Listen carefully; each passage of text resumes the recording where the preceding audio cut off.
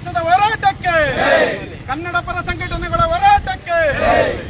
ಆತ್ಮೀಯರೇ, ಇವತ್ತು ಏನು ಸಂವಿಧಾನಬದ್ಧವಾದ ಪ್ರಜಾಪ್ರಭುತ್ವ ವ್ಯವಸ್ಥೆಯಲ್ಲಿ ಅನುಮತಿ ಪಡೆದು ಶಾಂತಿಯುತ ಪ್ರತಿಭಟನೆ ಮಾಡ್ತಾ ಇದ್ದಂತ ಕೆಆರ್ಎಸ್ ಪಕ್ಷದ ಹೋರಾಟಗಾರರು ಮತ್ತೆ ಅದನ್ನ ಬೆಂಬಲಿಸಿ ಹೋರಾಟ ಮಾಡ್ತಿರ್ತಕ್ಕಂಥ ಕನ್ನಡ ಪರ ಸಂಘಟನೆಯ ಹೋರಾಟಗಾರರನ್ನ ಶಾಂತಿಯುತವಾಗಿ ಪ್ರತಿಭಟನೆ ಮಾಡ್ತಿದ್ದ ಸಂದರ್ಭದಲ್ಲಿ ಅವರಿಗೆ ರಕ್ಷಣೆಯನ್ನು ನೀಡ್ತಾ ಇದ್ದಂತ ಪೊಲೀಸ್ ಸಿಬ್ಬಂದಿಯವರು ಅಲ್ಲಿಗೆ ಬಂದು ಹೋರಾಟಗಾರರ ಜೊತೆ ಅನಗತ್ಯವಾಗಿ ಅವಿವೇಕತನದಿಂದ ಗಲಭೆ ಮಾಡುವ ಒಂದು ದುರುದ್ದೇಶದಿಂದ ಅವರ ಹೋರಾಟಗಾರರ ಜೊತೆ ಗಲಾಟೆ ಮಾಡುವ ಪ್ರಯತ್ನ ಮಾಡಿದಂತ ಕಿಡಿಗೇಡಿಗಳನ್ನ ಕೂಡಲೇ ಬಂಧಿಸಿ ಕಾನೂನು ಕ್ರಮ ತೆಗೆದುಕೊಂಡು ಹೋರಾಟಗಾರರ ಶಾಂತಿಯುತ ಪ್ರತಿಭಟನೆಗೆ ರಕ್ಷಣೆ ಕೊಡಬೇಕಾದಂತ ಜವಾಬ್ದಾರಿಯನ್ನ ಒತ್ತಿರ್ತಕ್ಕಂಥ ಪೊಲೀಸ್ ಇಲಾಖೆ ಅದರಲ್ಲಿ ವಿಪುಲವಾಗಿ ಹೋರಾಟಗಾರರನ್ನ ಬಂಧಿಸಿ ಇಲ್ಲಿ ಕರ್ಕೊಂಡು ಬಂದು ಕಿರ್ಗಾಂವ್ ಸ್ಟೇಷನ್ ಕುಣಿಸಿರ್ತಕ್ಕಂಥದ್ದು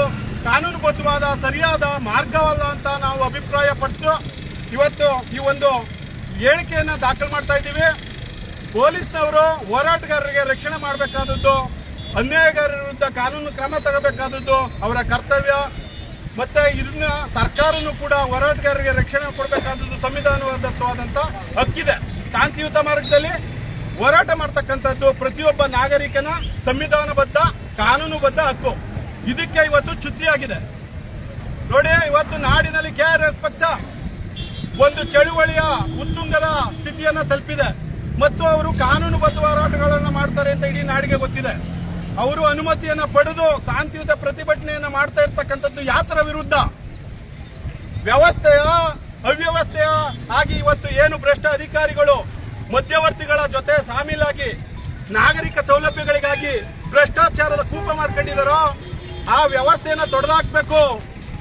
ನಾಗರಿಕರಿಗೆ ಒಂದು ವೃದ್ಧಾಪ್ಯ ವೇತನ ಇರಬಹುದು, ಇವತ್ತು ಏನು ಗೃಹಲಕ್ಷ್ಮಿ ಹಣ ಇರಬಹುದು, ಗೃಹಲಕ್ಷ್ಮಿ ಇದು ಏನು ವಿದ್ಯುತ್ ಇದೆಯಲ್ಲ ಅದಿರ್ಬೋದು, ಈ ತರದಕ್ಕೆ ಈಗ ಏನು ಅರ್ಜಿ ಹಾಕ್ಬೇಕು ಈ ತರದ್ದೆಲ್ಲ ಇದೆಯಲ್ಲ, ಒಂದು ಪೌತಿ ಖಾತೆ ಏನಾಗಿದೆ, ಈ ಸ್ವತ್ತುಗಳು ಖಾತೆ ಮಾಡಿಸೋ ಸಂದರ್ಭದಲ್ಲಿ ಏನಾಯ್ತಾ ಇದೆ? ನಾಗರಿಕರು ತಾಲೂಕು ಆಫೀಸ್ ಮುಂದೆ, ನಾಡ್ ಕಚೇರಿ ಮುಂದೆ ಅಲಿತಾ ಇದ್ದಾರೆ. ಇವಕ್ಕೆ ಒಂದು ಪರಿಹಾರವನ್ನು ದೊರಕಿಸಿಕೊಡೋ ನಿಟ್ಟಿನಲ್ಲಿ ಸರ್ಕಾರಿ ನೌಕರರು ನಾಗರಿಕರ ಸೇವೆಯನ್ನ ಕಾನೂನುಬದ್ಧವಾಗಿ ಯಾವುದೇ ಲಂಚ ಆಮಿಷಗಳಿಗೆ ಒಳಗಾಗ್ದೇನೆ ಸೇವೆ ನೀಡಬೇಕು ಅನ್ನೋ ಉದ್ದೇಶವನ್ನ ಇಟ್ಕೊಂಡು ಕೆಆರ್ಎಸ್ ಪಕ್ಷ ನಾಡಿನಾದ್ಯಂತ ಎಲ್ಲಾ ಜಿಲ್ಲೆಗಳಲ್ಲಿ ತಾಲೂಕು ಕಚೇರಿಗಳಲ್ಲಿ ಭೇಟಿ ಕೊಟ್ಟು ಒಂದು ಅರಿವನ್ನ ಮೂಡಿಸ್ತಾ ಇದೆ. ಈ ಅರಿವನ್ನ ಮೂಡಿಸ್ತಕ್ಕಂಥದ್ದು ವಿಡಿಯೋ ಚಿತ್ರೀಕರಣ ಮುಖಾಂತರ ಇವತ್ತು ಏನು ಅದಕ್ಕೂ ಅವಕಾಶ ಕೊಡದೇನೆ ಹಲವಾರು ಘಟನೆಗಳು ನಡೆದಿದೆ. ವಿಡಿಯೋ ಚಿತ್ರೀಕರಣ ಮಾಡಬಾರದು ಕಚೇರಿ ಒಳಗಡೆ ಅಂತ ಮಾನ್ಯ ನ್ಯಾಯಾಲಯ ಒಂದು ಸ್ಪಷ್ಟ ನಿರ್ದೇಶವನ್ನ ಕೊಟ್ಟು ಮುಕ್ತವಾಗಿ ಅದಕ್ಕೆ ಅವಕಾಶ ಕೊಟ್ಟಿರೋದ್ರಿಂದ ಇವತ್ತು ಎಲ್ಲ ಕಡೆ ಅದು ಸಾಂಗವಾಗಿ ನಡೀತಾ ಇದೆ.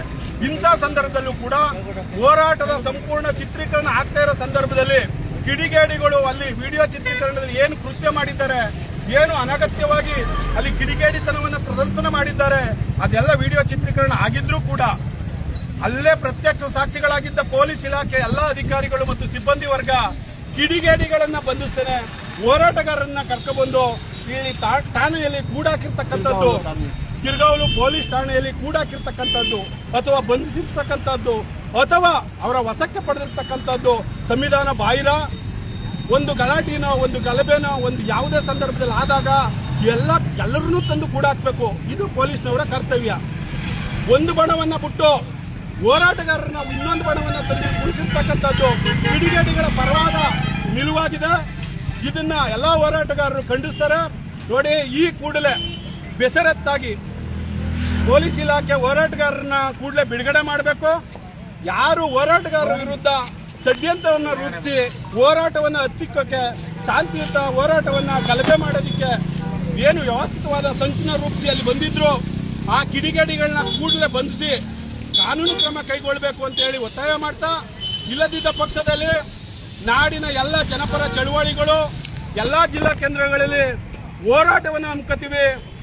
ಇದು ಪೊಲೀಸ್ ಇಲಾಖೆಯ ವೈಫಲ್ಯವಾಯ್ತದೆ, ಇದಕ್ಕೆ ಅವಕಾಶ ಕೊಡಬಾರದು.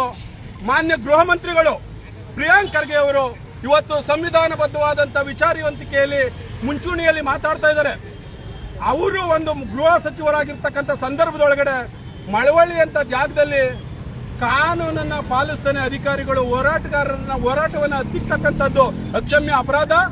ಮಾನ್ಯ ಗೃಹ ಮಂತ್ರಿಗಳು ಇದ್ರ ಬಗ್ಗೆ ಹೇಳಿಕೆ ಕೊಡಬೇಕು. ಸಂಬಂಧಿಸಿದ ಪೊಲೀಸ್ ಅಧಿಕಾರಿಗಳಿಗೆ ಸ್ಪಷ್ಟ ಸೂಚನೆ ಕೊಟ್ಟು ಕೂಡಲೇ ಬಿಡುಗಡೆ ಮಾಡಬೇಕು. ಮತ್ತೆ ಇದ್ರ ಬಗ್ಗೆ ಗೃಹ ಸಚಿವರು ಕೂಡಲೇ ಸ್ಟೇಟ್ಮೆಂಟ್ ಕೊಡಬೇಕು, ಹೇಳಿಕೆಯನ್ನ ಬಿಡುಗಡೆ ಮಾಡಬೇಕು. ಯಾಕೆ ಅಂತ ಹೇಳಿದ್ರೆ, ನೀವು ಸಂವಿಧಾನ ರಕ್ಷಣೆ ಮಾಡ್ತೀವಿ ಅಂತ ಹೇಳಿ ಸಂವಿಧಾನ ಪೀಠಿಕೆಯನ್ನ ಪುಸ್ತಕವನ್ನ ಹಿಡ್ಕೊಂಡು ಇವತ್ತು ಪ್ರಮಾಣ ವಚನ ತಗೋತೀರಿ. ಇನ್ನೊಂದು ಕಡೆ ಹೋರಾಟಗಾರರನ್ನ ಈ ರೀತಿ ಕಿಡಿಗೇಡಿಗಳು ಬೀದಿಯಲ್ಲಿ ಶಾಂತಿಯುತ ಅನುಮತಿ ಪಡೆದು ಪೊಲೀಸ್ ರಕ್ಷಣೆಯಲ್ಲಿ ಪ್ರತಿಭಟನೆ ಮಾಡ್ತಾ ಇರತಕ್ಕಂಥ ಹೋರಾಟಗಾರರ ವಿರುದ್ಧ ಒಂದು ಗುಂಪು ಬಂದು ಅವರಿಗೆ ದಾಳಿ ಮಾಡುತ್ತೆ, ಹಲ್ಲೆ ಮಾಡುತ್ತೆ, ಅವಾಚ್ಯ ಶಬ್ದಗಳಿಂದ ನಿಂದನೆ ಮಾಡುತ್ತೆ ಅಂತ ಹೇಳಿದ್ರೆ ಏನು ಈ ನಾಡಿನಲ್ಲಿ ಪೊಲೀಸ್ ವ್ಯವಸ್ಥೆ ಯಾವ ಮಟ್ಟಕ್ಕಿದೆ? ಶಾಂತಿ ಸುವ್ಯವಸ್ಥೆಯನ್ನ ಕಾಪಾಡ್ತಕ್ಕಂಥ ಜವಾಬ್ದಾರಿ ಹೊತ್ತಿರ್ತಕ್ಕಂಥ ಪೊಲೀಸ್ ಇಲಾಖೆ ಇವತ್ತು ವೈಫಲ್ಯ ಅಲ್ಲದೆ ಏನು ಅಂತ ನಾವು ಪ್ರಶ್ನೆ ಮಾಡಬೇಕಾಯ್ತದೆ. ಹಾಗಾಗಿ ಸಂಬಂಧಿಸಿದ ಮೇಲಧಿಕಾರಿಗಳು, ಪೊಲೀಸ್ ಇಲಾಖೆಯ ಮೇಲಧಿಕಾರಿಗಳು, ಮಾನ್ಯ ಗೃಹ ಸಚಿವರು ಇದ್ರ ಬಗ್ಗೆ ಕೂಡಲೇ ಕ್ರಮ ತಗೊಂಡು ಏನು ಸಂಬಂಧಿಸಿದ ಪೊಲೀಸ್ ಅಧಿಕಾರಿಗಳಿದ್ದಾರೆ ಅವರ ಜೊತೆ ದೂರವಾಣಿಯಲ್ಲಿ ಮಾತಾಡಿ ಸ್ಪಷ್ಟವಾದ ಒಂದು ಸೂಚನೆಯನ್ನ ಕೊಡಬೇಕು. ಮತ್ತೆ ತಮ್ಮ ಅವಧಿಯಲ್ಲಿ ಈ ರೀತಿ ಯಾವುದೇ ಘಟನೆ ಹೋರಾಟಗಾರರ ಮೇಲೆ ನಡೀಬಾರದು. ಆಗಬೇಕು ಅಂತ ಹೇಳಿದ್ರೆ ಯಾರು ಕಿಡಿಗೇಡಿಗಳಿದ್ದಾರೆ ಅವರನ್ನ ಕೂಡಲೇ ಬಂಧಿಸಕ್ಕೆ ಸಂಬಂಧಿಸಿದ ಪೊಲೀಸ್ ಇಲಾಖೆ ಅಧಿಕಾರಿಗಳಿಗೆ ಸ್ಪಷ್ಟವಾದ ಖಡಕ್ ಆದೇಶವನ್ನ ಮಾಡಬೇಕು ಅಂತ ಹೇಳಿ ಈ ಮೂಲಕ ಎಲ್ಲ ಹೋರಾಟಗಾರರ ಪರವಾಗಿ ತಾನು ಗೃಹ ಸಚಿವರಿಗೆ ಮನವಿಯನ್ನ ಮತ್ತು ಒತ್ತಾಯಪೂರ್ವಕ ಆಗ್ರಹವನ್ನ ಮಾಡ್ತಾ ಇದ್ದೀನಿ. ಎಲ್ಲರಿಗೂ ಧನ್ಯವಾದ.